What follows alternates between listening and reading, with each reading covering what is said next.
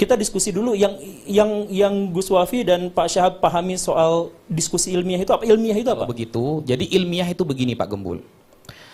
Di dalam kitab Lawami'ul Anwar yang ditulis oleh Al-Imam As-Saffaraini. Jadi Islam itu memandang sebuah ilmiah kebenaran itu melalui 3 cara. Ya, yang pertama adalah al-hawasus salimah, panca indera yang normal dalam menangkap sebuah riwayat ataupun yang lain. Yang kedua adalah khabarus shadiq, kabar yang pasti benar. Kabar yang pasti benar dibagi menjadi 2. Yang pertama khabarul mutawatir, kabar yang ramai diketahui orang-orang yang kredibilitasnya bagus.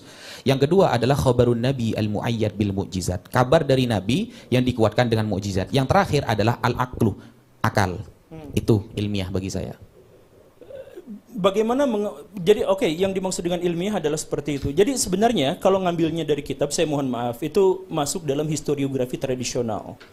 Bukan ilmiah sebenarnya, bukan metodologis. Jadi mungkin Pak Gembul bisa menjelaskan ya, ilmiah versi Pak Gembul. Iya, ini ilmiah versi saya. Jadi bukan ilmiah versi saya, ini adalah ilmiah konsensus. Jadi yang dimaksud dengan ilmiah itu artinya sesuai dengan metodologi ilmiah dan disajikan dengan sistematika ilmiah. Apa yang dimaksud dengan metodologi dan sistematika ilmiah?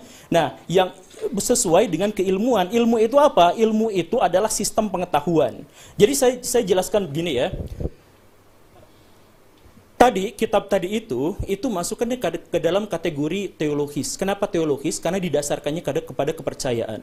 Sedangkan ilmiah itu didasarkan pada keilmuan dan pengetahuan. Kepercayaan dengan pengetahuan itu adalah 2 hal yang berbeda.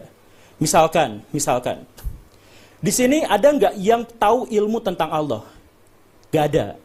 Yang percaya tentang Allah itu ada banyak di sini. Semua kaum muslimin itu percaya tentang Allah, tetapi tidak memiliki kadar pengetahuan atau ilmu pengetahuan tentang Allah. Bahkan diharamkan untuk mengetahui Allah karena tidak ada metodologinya. Jadi kitab nasab, saya mohon maaf, metodologi nasab, saya mohon maaf ya, ada beberapa masalah itu termasuk historiografi karena apa? Di antaranya adalah kritik terhadap sumbernya tidak didasarkan pada teks. Kritik sumbernya tidak bisa diuji secara empiris. Begitu. Oke, boleh saya jawab? Iya. Begini. Oh, berarti dari awal kita sudah berbeda metode ilmiah berarti ya. Kalau Pak Gembul lebih mengarah kepada indrawi. Sedangkan kitab yang saya sampaikan salah satunya adalah dengan indrawi.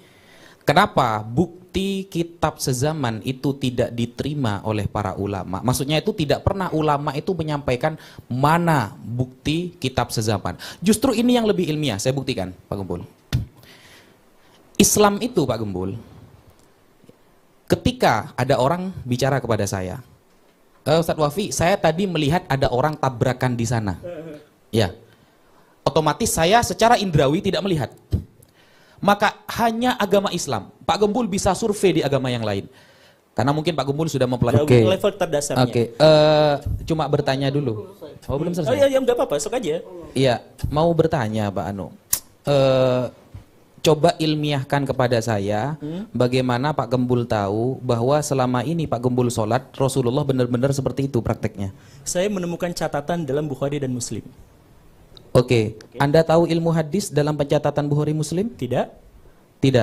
Nah, itulah karena di dalam pencatatan hadis Pak Gembul ya sangat erat harus dalam penulisan hadis, bahkan Imam Bukhari Muslim itu sangat ketat. Jadi yang dipandang pertama dalam ilmu hadis adalah kredibilitas orang yang meriwayatkan Pak Guru, bukan tentang catatan dulu. Kalau kita seumpamanya kita bertanya gini, mana catatan tulisan asli Imam Bukhari di zaman Imam Bukhari sekarang? Karena tidak bisa ditunjukkan, berarti Imam Bukhari lepas, tidak pernah ngarang kitab hadis. Gak bisa seperti itu Pak Guru. Ya bisa, jadi gini. Mungkin itu dulu ya pertanyaan saya. Coba ilmiahkan kepada saya bahwa Pak Guru selama ini sholat benar-benar seperti itu Rasulullah sholat. Saya jawab ya. Ya, ilmiahkan kepada saya. Saya tidak sholat dengan gaya ilmiah. Gimana? Karena itu kepercayaan. Saya bilang kepercayaan dengan ilmu itu terpisah secara epistemologis. Jadi kalau saya percaya pada Tuhan, saya gak akan mencari-cari Tuhan. Ketika saya sholat, saya gak akan mencari-cari tentang studi ilmiah, apakah sholat begini begitu. Itu didasarkan kepada kepercayaan saya kepada Imam Bukhari. Jadi itu adalah ranah kepercayaan. Nah, karena ini studinya adalah ilmiah, maka kita harus uji secara ilmiah. Gitu kan? Pak Guru nggak salah. Iya, jadi Iya, Beliau beliau sampaikan dalam- memiliki metode sendiri. Iya.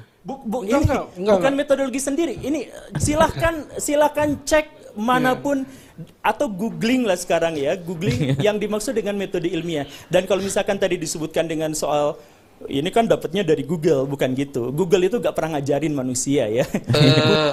Coba contohkan kepada saya, Pak Guru, karena saya sebenarnya dengan istilah subjektif itu versi yang disampaikan oleh Pak Guru ini belum terlalu paham standarnya. Mungkin Pak Guru bisa mencontohkan contohnya yang tidak subjektif di dalam agama, kasih contoh Pak Guru. Nanti baru kita lanjut. Gak ada kalau dalam agama karena kita berbicara soal ilmiah. Berarti agama ini menurut Pak Guru di seluruh bab-babnya tidak ada yang ilmiah. Ada Contoh, contoh apa di agama yang menurut Pak Guru itu ilmiah seperti itu? bahwa figur Nabi Muhammad adalah tokoh historis itu nyata. Itu terbukti secara ilmiah. Dari mana Pak Guru tahu kalau Nabi Muhammad dulu orang baik? Kita gak bicara orang baik, tentang figur keberadaannya itu ada. Dari mana? Oke. Dari mana tahu? Dari mana kita mengetahuinya? Dari jejak-jejak objeknya. Dan berasal dari catatan yang tidak hanya bersumber dari satu pihak. Jejak objek. Coba, seperti apa? Sorban misalkan yang seperti itu ya. Kemudian jejak-jejak yang ada di Mekah. Dari mana Pak Guru tahu bahwa kuburan itu benar-benar kuburan Rasulullah? Gak ada. Subjektif dong. Iya, pada bagian itu subjektif kan, saya nggak bilang. Akhirnya kan kuburan. subjektif semua kalau gitu Pak Guru. Bukan, saya gak.